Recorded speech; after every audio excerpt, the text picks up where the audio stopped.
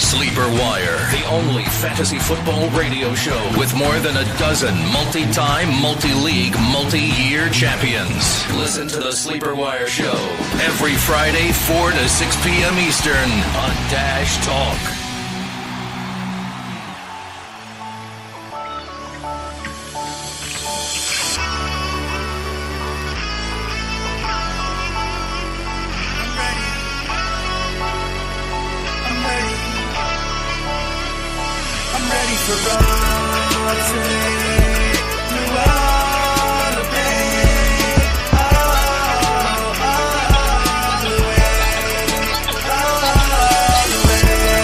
Welcome, everybody. I am here for a very special episode of the Sleeper Wire show. Normally, you hear us talk about fantasy football. We have a lot of fun and entertain you. But today, we want to deliver a really strong message to you guys because we have told you about our dear friend Rob, who has helped us along the Sleeper Wire journey from day one.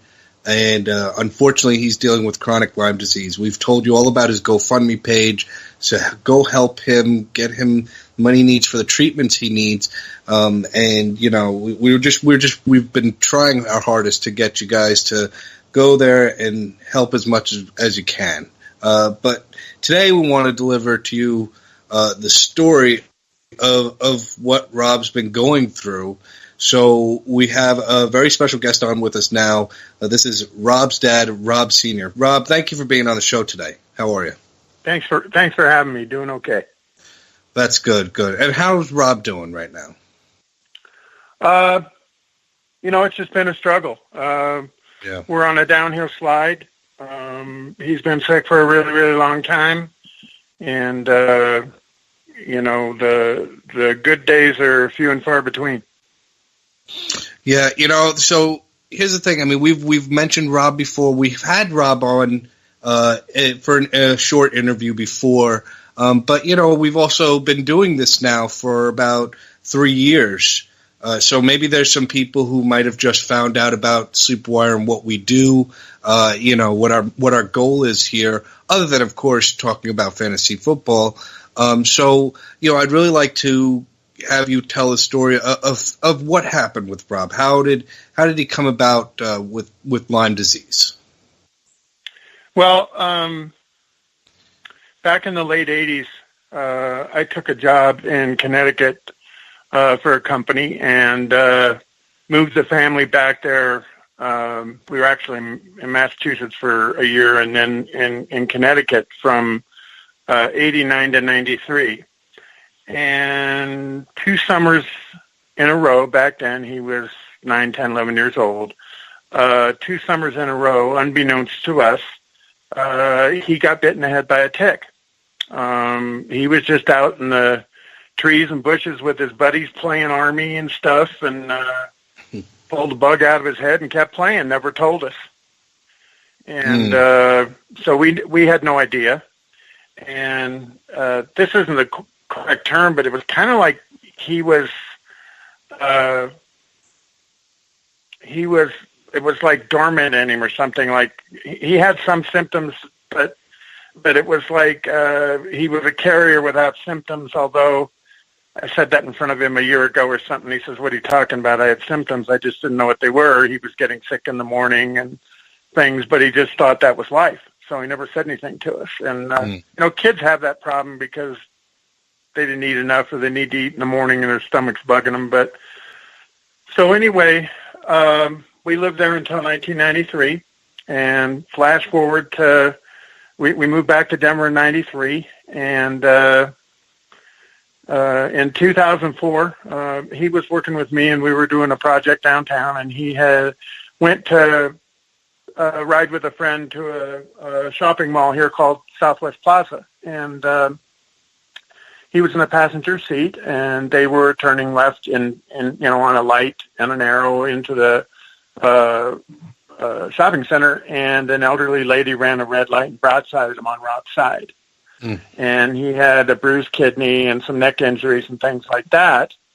And so trying to recover from that. And then all of a sudden, 2, 3 months, 4 months later, he started getting sick, and we had no idea. We didn't know what it was.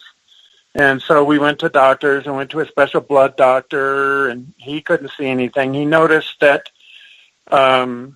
his red blood cells were kind of stacking like coins, but he just, he didn't have any idea. And Lyme is so hard to diagnose that even the best tests can be false.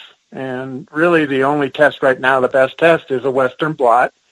And there's a company called Ehrlichia that, there's people coming up with new ones that they're trying, but that's been the best. And so anyway, we went on. We didn't know what was wrong with him. That was in 2004, and we suffered through him being sick and having problems. Not like now, but still having problems for another 3.5 years. And I lost a $90,000 a year job in the start of 2007 and end of 2006. And so my best friend, Steve Arndt, who also has Lyme but caught it quicker, except for he has to be careful if he tries to burn the candle at both ends too much, stay up too late, work too hard, all that kind of stuff. He can go down for a month or something and have to do some treatment. But other than that, he has a fairly normal life. But he had found a job and said, hey, you need to make some money. Come out here to Connecticut. You can run this job for me, and you can stay with me. Bring Rob. We'll figure this out and whatever. So we were out there and had been there a couple of weeks, and he came up to me off to the side and said, I know what's wrong with Rob. I said, great. What is it? And he said, well, it's not really great. It's good to know what it is, but he said, I'm pretty sure he has Lyme disease. And his doctor at the time, one of the foremost doctors, is Dr. Horowitz. And he said, Dr. Horowitz isn't seeing anybody, but I'll get him in there anyway. So we got in there in the next week and ran the tests, and he came back positive on like 6 of the 7 strains that they used to compare. Because how the test works is you can't find the little suckers called spirochetes that are actually the organism in you, but you can find the antibodies that are fighting them. So that's how they determine if you've got it. And the reason why Ehrlichia is better than, say, Quest is because Ehrlichia has more strains to compare to, and Quests are older and from what I was told, are from like the UK. So we started on a journey of treatment. I cashed in life insurance, life savings, all that kind of stuff. And over the next, let's see, that would be, he was diagnosed, we were given the diagnosis on like January 7th of 2008.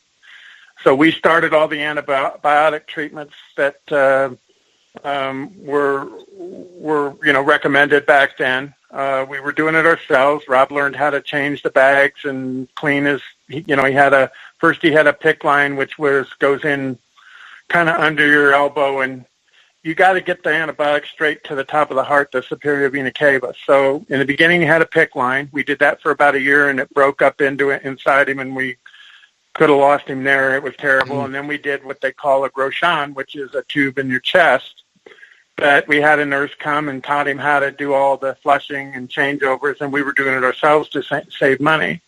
But that being said, over the course of the next 4 or 5 years, we went through $350,000, almost $400,000. Wow. We were spending $4,000 to $8,000 a month on antibiotics. Nothing ever helped him.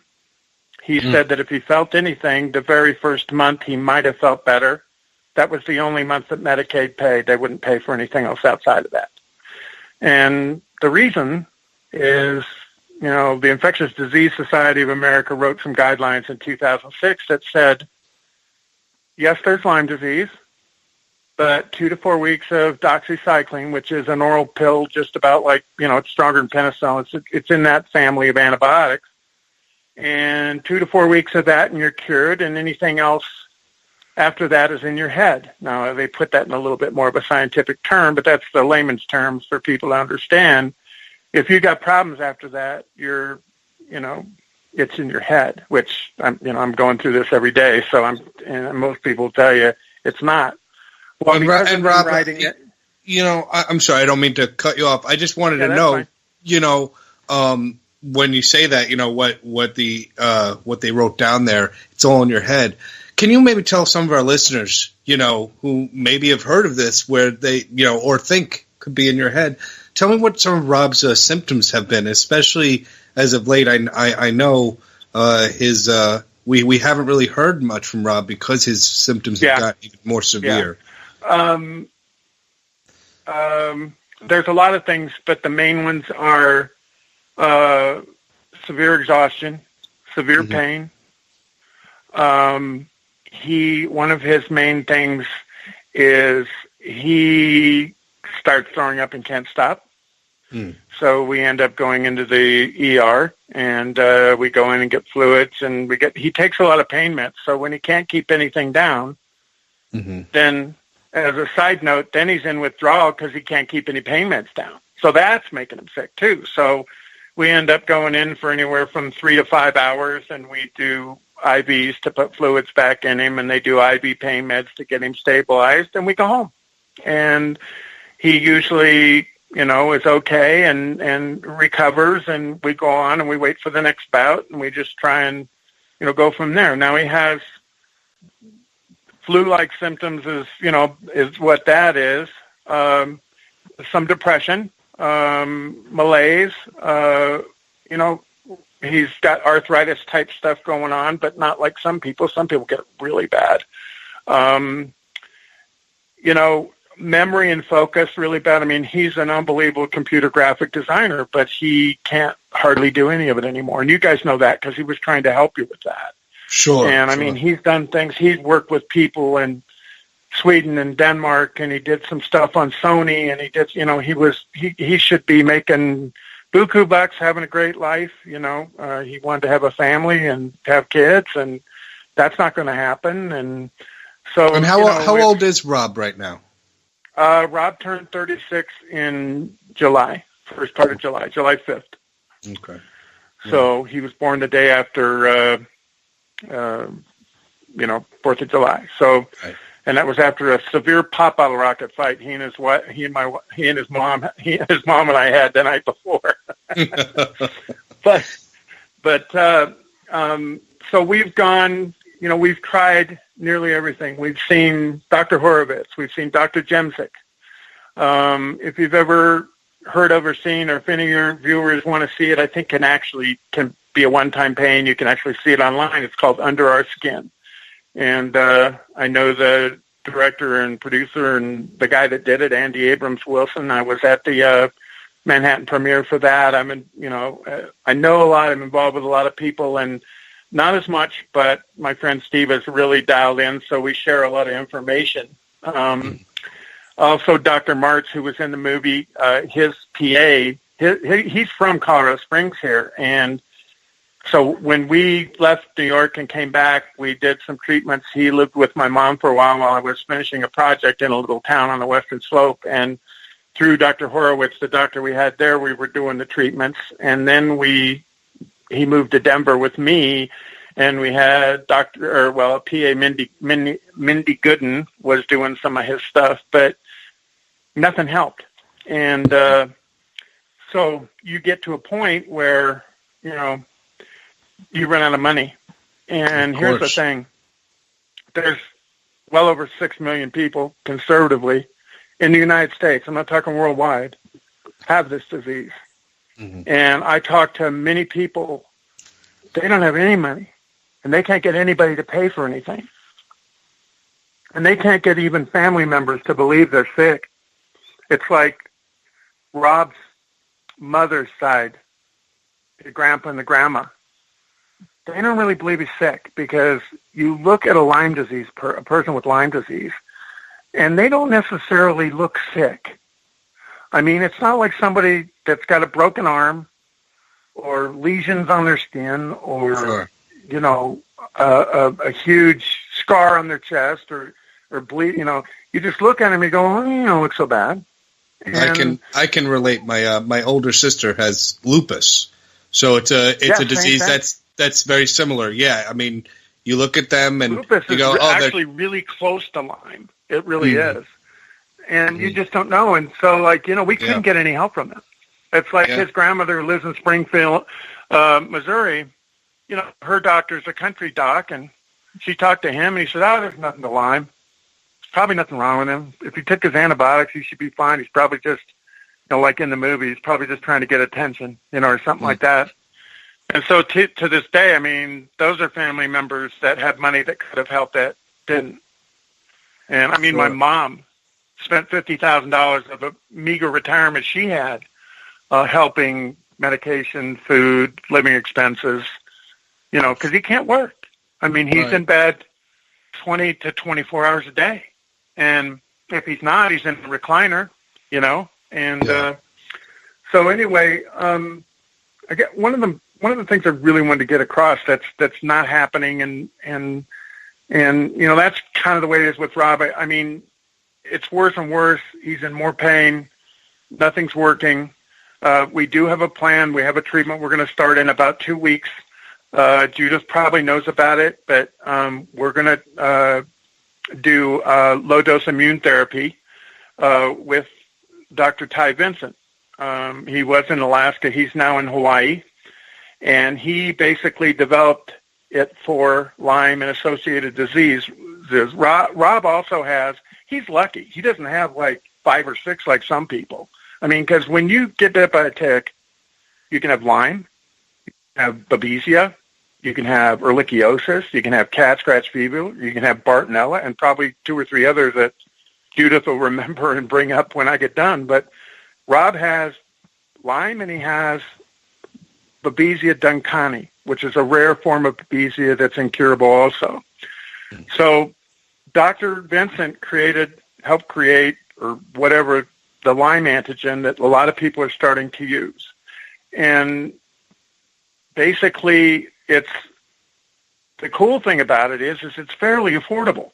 I mean, if you go into a regular Lyme doctor, like we went in to see Dr. Jemsik, it was $1,350 to walk in and sit down at the office up front. That didn't include any medication, anything. It was $1,350 to go in and talk to him. Back in the beginning with Dr. Horowitz, it was like $900. That's before you get any help. Right. And and there's people that they don't even have that money to figure it out. And so anyway, we get, Dr. Horowitz, Dr. Jemsik, we've done everything from diet. We've done organics. We've done everything. So we're down to LDI. And LDI is basically what it does is these antigens go in there, and they help to strengthen the immune system, because what happens with Lyme, we all have illnesses in us that we don't know about, but our immune system keeps them at bay. Sure. So what happens, you get Lyme, you get bit, and then you start getting these other diseases, and it overwhelms it, and it can't handle it, or it rejects it. And what the antigens do is they go in there, they actually, this is kind of a layman's way to explain it, but they teach the immune system to not freak out, to not overreact, and and also help the immune system to strengthen and that kind of stuff. And so the deal with that is, and if anybody ends up listening or they know somebody that is looking for something to try, Dr. Vincent's in Hawaii, but you don't have to go see him. He will do a Skype consult. The price is now $600, and then he'll send you the doses. And the doses are 150 at this point, but a dose is to last you 6, 7, 8 weeks. So it's not like you got to pay 150 a day or whatever. It's, it's about 150, $300, every couple months. And what it's supposed to do is it kind of works on an accumulative effect, although it hasn't been totally proven out yet. That the theory was they were going to get to where you only had to do a dose or two a year, maybe. But they haven't gotten there because there's been some patients that they actually needed more. But Sure. they still feel good. I have a really close friend that was really bad for 8 years like Rob. And after 9 months, he told me he felt like 80%, which, like Robbie says to me, if I could get to 50%, Dad, that would feel like 100 to me. That's incredible. And we certainly hope that works. But let me introduce our other guest on the line here. We have Judith Wieg, president of Global Lyme Disease United Coalition. Judith, thank you so much for holding and for us listening to Rob's story on Rob Jr. How are you today? Well, thank you for bringing this subject to, the public's attention. I've been ill 24 years, and I have been handling over 300,000 patients myself through these years, as far as trying to guide them, direct them, get doctors educated, and to educate each person coming through this door, by email, telephone, by whatever means. And this is a very tragic disease. For one thing, I lived in the East for 20 years, and I returned home when I became ill, and I moved from a sort of cosmopolitan town in Iowa to a tiny town, and population 12,000. In this little town, there have been 11 deaths from Lyme disease. Wow. It's beyond my comprehension as to the number of deaths I've seen through the years.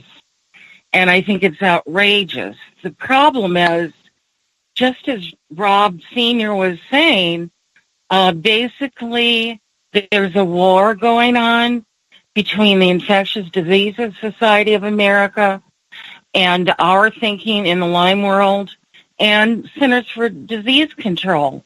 I was once a health educator with CDC, and that was during the AIDS era. Everybody was very concerned in the meetings and wanted to do whatever they could for AIDS patients, the studies, and so on. However, here we're in the new epidemic, which is Lyme disease, and we are being mocked, told it's in our heads, actually extremely mistreated. No patient I know of who's gone to a hospital has gotten treated correctly. Our doctors are attacked. Often they're sued for millions just for treating Lyme.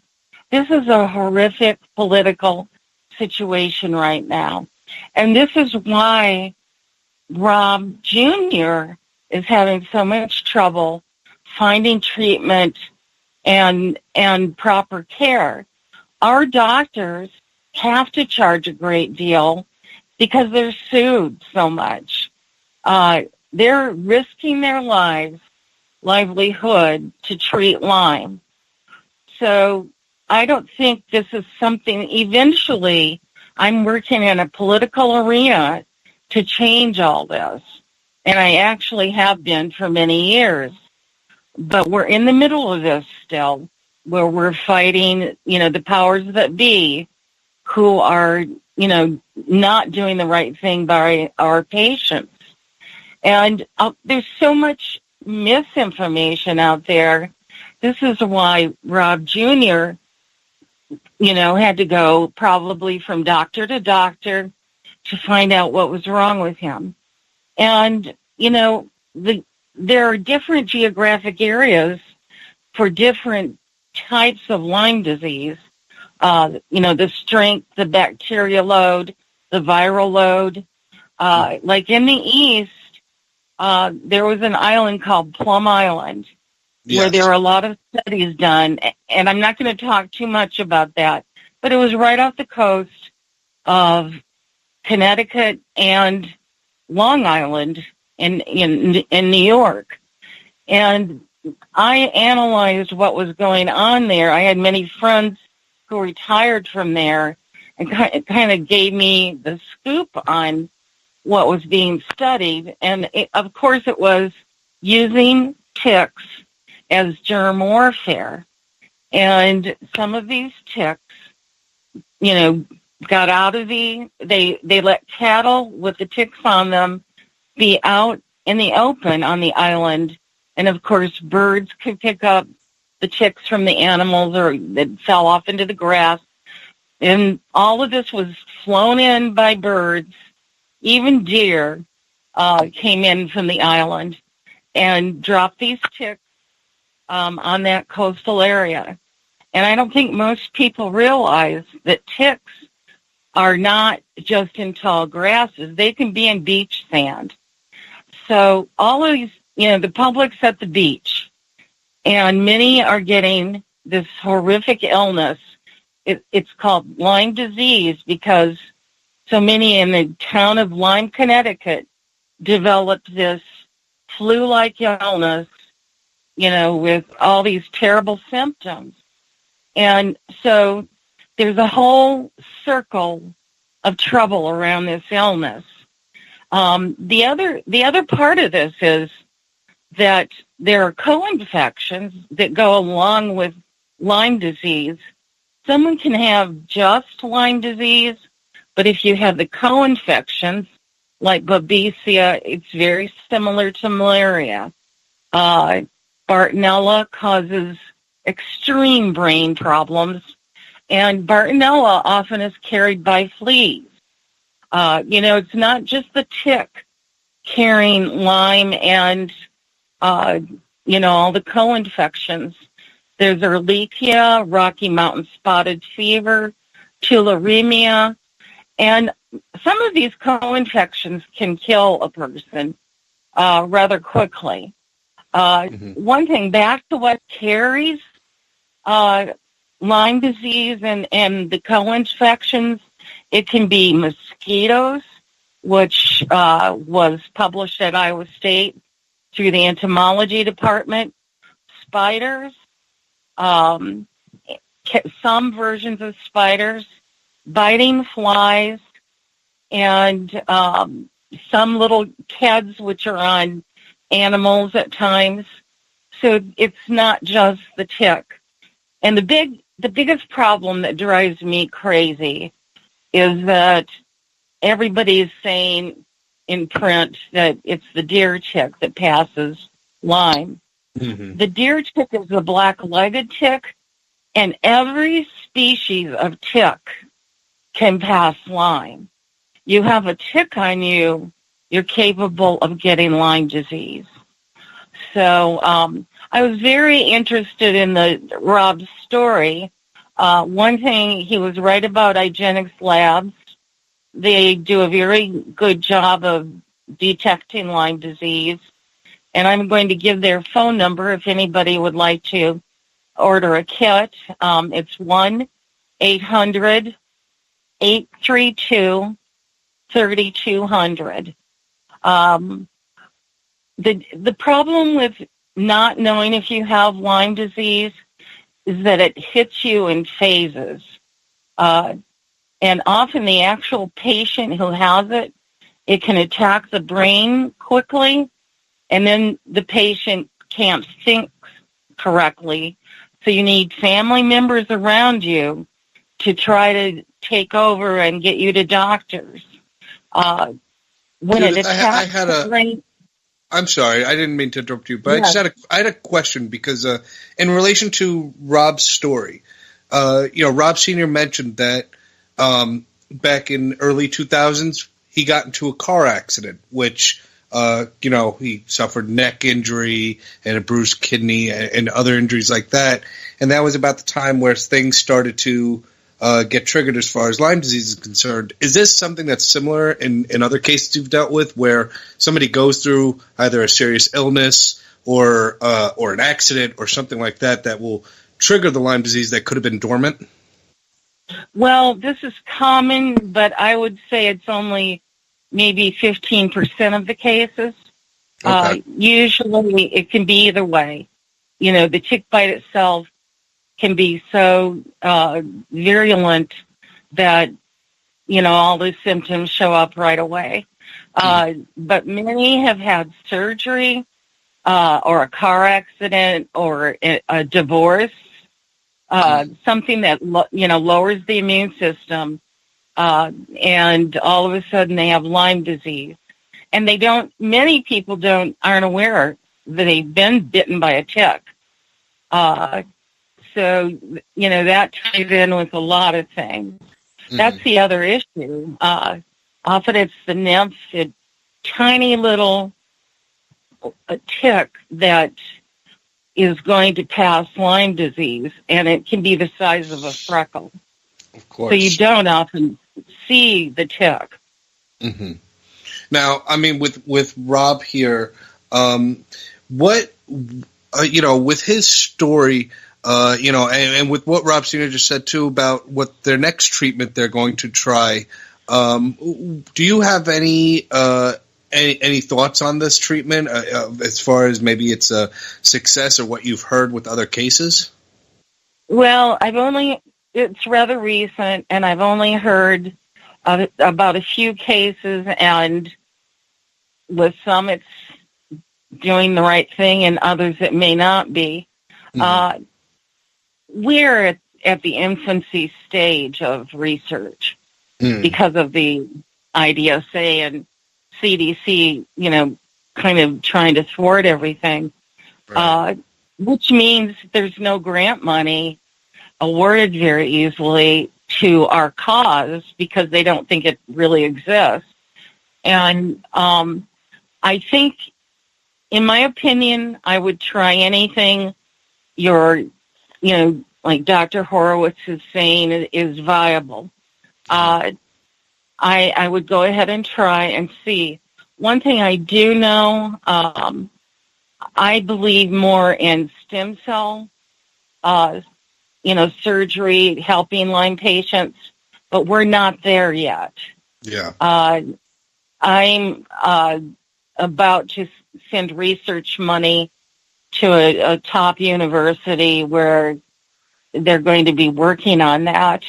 I think we have to be careful as consumers and patients because it's like we're in the Wild West, in the 1800s where there were shootouts. Everybody, can open up a practice and say they can treat Lyme and they have the best thing on earth and it's $1 million. So everybody rushes to these things. I always say, only listen to your Lyme literate doctor, and to find out if something's legitimate, you can call our organization, or there are other great organizations in the U.S. and Europe and so on, and we can guide. Because, I pretty much 24 years of dealing with all these patients, I know what's going on out there, plus dealing with the doctors. So get a second opinion from your family the doctor who treats Lyme, and from someone who's leading one of the large groups in the country. Don't just fly into it. You have to know about the success from other patients. And many things, honestly, along this path have been dangerous. And I point blank will say that to a patient who, I say talk to your doctor, but be a wise consumer and don't do anything to harm the patient further. One question I had for you is that, it's, first off, I want to say, I think it's great what you guys are doing at the Lyme Disease United Coalition, trying to help direct these patients that need treatments that don't even know where to start. But in a case like Rob's, where they've gone through almost every avenue, it sounds like, in what way can you maybe help them, direct them to something else maybe they haven't tried, or is there anything that maybe you could recommend to Rob that could help them maybe find a different path that they haven't taken yet? Well, I think they're in good hands. And, with their Lyme treating doctor, and I know him, I respect him highly, and he's written wonderful books. One is Why Can't I Get Better? And that's by Dr. Richard Horowitz. I really follow what he says, and there are many wonderful doctors in this whole movement, amazing doctors. But I would suggest that he check with a few more people about his Hawaiian treatment. There must be support groups somewhere that, have a dialogue about what's going on. I will check it all out. And usually I will call a doctor and say, so tell me about this. And if I think it's okay and not going to harm a patient, I'll go back to the patient and say, this sounds interesting. Or if I do think it's going to harm a patient, I'll speak the truth and let that patient decide. So my bottom line is to get a patient well and to protect the patient. Right. Judith, as far as Dr. Vincent, he was in Alaska for a long time with Scylla, and he's been doing this quite a long time. He is from Hawaii and moved back home. But, like you said, you've got to go with what you can. You talked about stem cell, and one of the things, immediately what brought me into looking at the stem cell was a year ago, not quite a year ago, my daughter had a baby. And, well, actually, it's been longer than that, but they come to you when you have a baby and they ask you, do you want us to save the umbilical stem cells, the blood stem cells, and all that? My daughter called me and said, Dad, would this help Robbie? And I said, well, I don't know. Well, let me check. So I found a company called StemAid, and they had on their website about treating Lyme. So I called them, and I'm talking, and we're talking about it and everything, and I'm going, well, I have the stem cells. And she goes, what do you mean you have the stem cells? And I said, well, my daughter's going to be giving birth soon, and we'll have umbilical and blood stem cells. And she said, those don't work. And I said, why? She said, they're not strong enough. You have to use embryonic. And I said, okay, what does that mean? She said, that means you can't do it in the United States. You have to go to India. You have to go to Panama. You have to go to Tijuana, which I was told don't go to Tijuana. So that's the thing that we started looking at was stem cell. And well, I would then everybody that I researched. Yeah. I also have a friend on Twitter that she just went to Beverly Hills and they bid on a stem cell package, but it's not embryonic.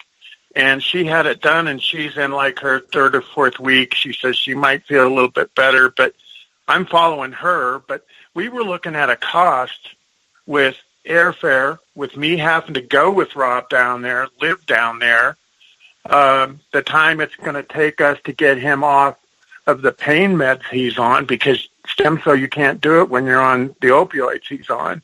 We were looking at like $80,000 to $85,000, and minimum. And that's when I found out about, LDI. But one of the other things I want to bring up before we I know we're getting long in the tooth here, but a couple things I just really want to say it. The government needs to give this disease the same attention that's given to AIDS, recently Ebola, West Nile, Zika. We don't even hear about Zika anymore. Look at all the money. When Ebola broke out, they appropriated $1.7 billion for Ebola. They found a cure for Ebola. Mm-hmm. Here we are with Lyme disease. Nobody's looking at this. So, people out there, anybody wants to write their congressman, anybody wants to write their senators, anybody they can think of, it's important. We're battling. You know, I'd almost rather see money donated go to lawyers to battle the IDSA and the CDC and the NIH. I mean, I have a nephew that works for the CDC, and he's sick over it. Here's his cousin, and he knows what they're doing.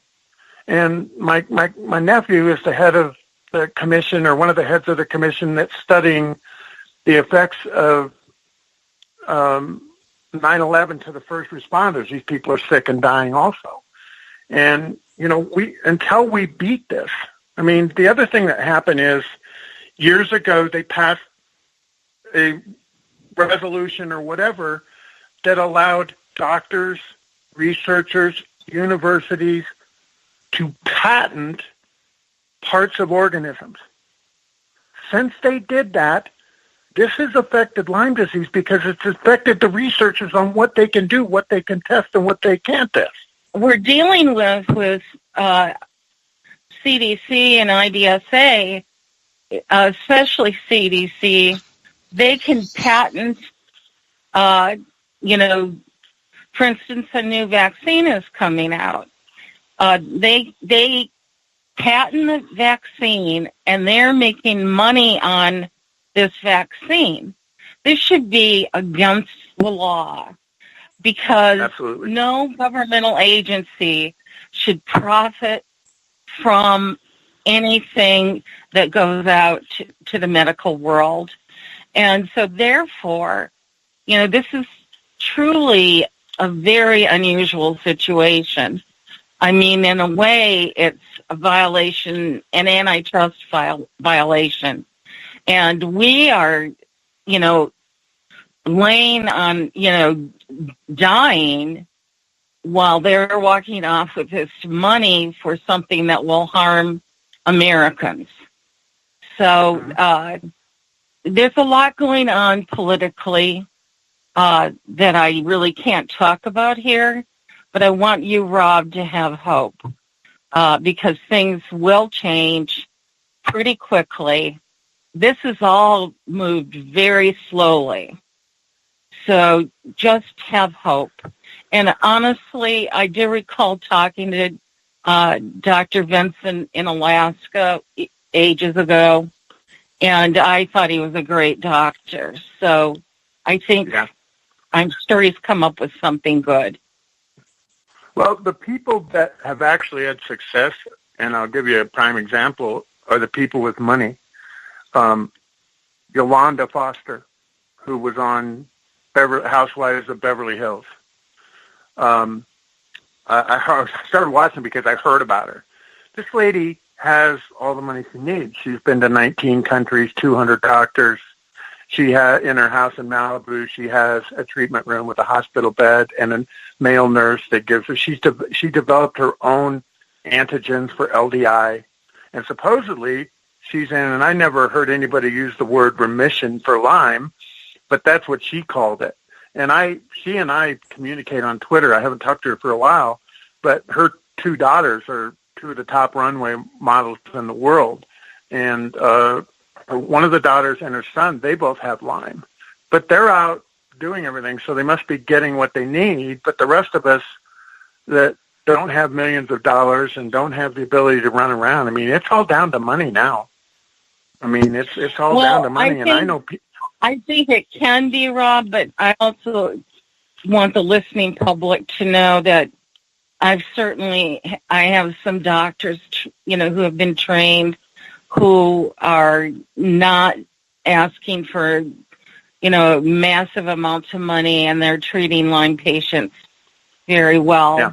And, you know, I do think, though, to try anything new, like you're going to do with your son, it's massive amounts of money. Yes. And, you know, the minute CDC and IDSA quit, you know, fighting this issue, then we can go back to insurance covering our illness, the medications not being $1,700 a bottle. You know, what we're going through is I don't want to say Holocaust exactly, but it is unconscionable. Similar. It's like Tuskegee all over again. I'm really appalled at what I've seen through the years. And I've seen so much death from this that, I hold that in my heart all the time.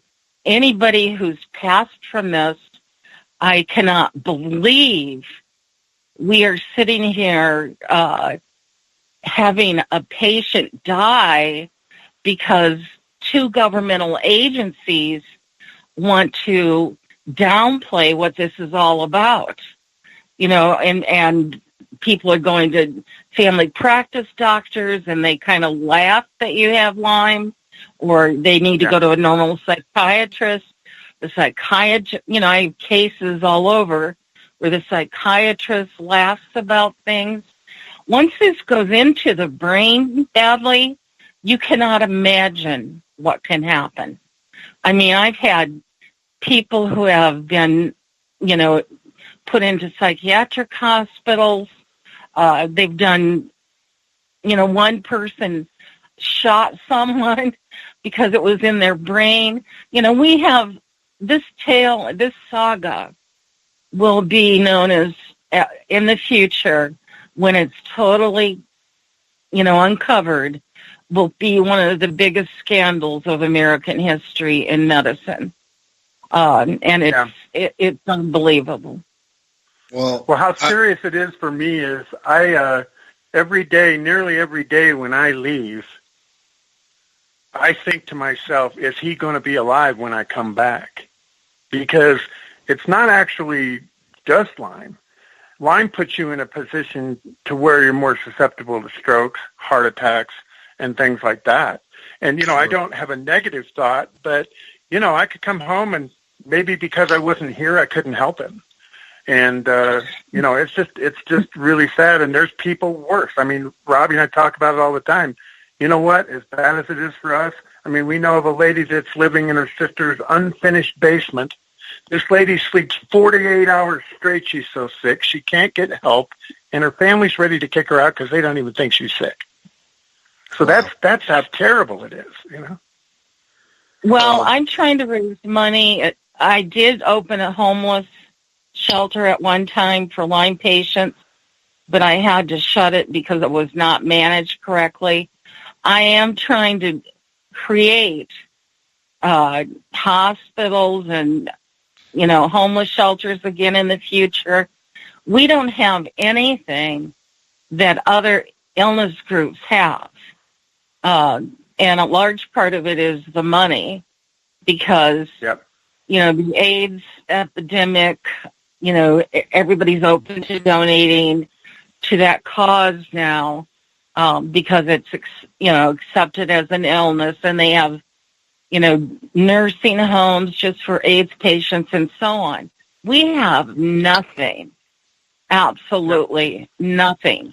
And I've been trying, but the other issue is raising money. If you have something the government says doesn't really exist, then how do you raise money? Yeah. Yeah. Right. The other thing that Steve said to me that was really important, and he said really Lyme and the associated diseases, this whole thing with ticks, it needs to be given Manhattan Project-like priority. And that's the big picture, and it's not getting it. Absolutely. So, this will be one of the biggest black marks on America, I think, for many years to come. They announced first we gave pressure to CDC, and they said there were 30,000 cases. That went on for a long time. Then with new pressure, they came up with 300,000 cases, which is crazy. That's a yearly figure now. Yes, and this is an epidemic. It's in every single state. It's in Canada, South America. I get calls from Russia, every country in the world, Japan. This is a global problem. And, we've got to do something about it. This is, Rome is burning and we're doing nothing. As a nation, our politicians need to wake up. Something has to happen here. I'd really like to thank both of you for coming on today's show. Unfortunately, we've hit our mark for time, but I think we covered it, don't you, Judith? Yeah. I think you guys did a phenomenal job bringing awareness to this, horrific disease, and the way it's been treated has been horrible. And I so appreciate you guys bringing it to not only my attention, but to our entire listening audience's attention. And I certainly hope that everybody who does listen to this, does spread the word about this particular episode of our show, because it could, the more people this reaches, the more awareness I think will be raised out there because of all the information you guys have brought on today's show. Judith, I appreciate you coming on talking about Global Lyme Disease United Coalition and telling us all about the issues that politically Lyme disease is going through. And I really hope that the fight, I hope that you guys win the fight against the CDC and against infectious diseases. And Rob, will. Yes, I think so. I mean, it just, you have to figure it has to be over at some point soon. And Rob, again, we always we love your son. He is a dear friend to us, and we really do try to do whatever we can for him and of course your family. So we thank you again for coming on, sharing his story, and spending some time with us today. I was going to say, on a lighter note, to get something about fantasy football, after yesterday, if you hold any Denver Broncos, I'd drop them. There you go. That's a tidbit from Rob Sr. for fantasy football. All right. Well, again, Judith, can you let people know where they can reach out to you or the Lyme Disease United Coalition? Yes. I'd prefer emails. We have many people within the organization who help me with everything. And it would be to Lyme, Lyme, info, which is short for information, at LDUC.org. And that LDUC stands for Lyme Disease United Coalition. Of course, we always mention that our cause is for Rob and how he deals with chronic Lyme disease. And we, of course, raise awareness for his GoFundMe page, which has his story about what he's dealt with chronic Lyme disease. So we always are raising awareness to this situation. But we really felt like an episode like this needed to be done to really get the message out stronger. Because, some people maybe don't go to the GoFundMe page because maybe they're there just for the fantasy football information, and we really needed to get the message out because we know how much Rob needs our help, and we know, of course, the Lyme disease community itself needs help. So we're very glad that we could do this today. And again, just one last time, a big thank you to both of you for being on today. And for Judith and Rob, I'm Nick Summerall saying so long, everybody. Good night.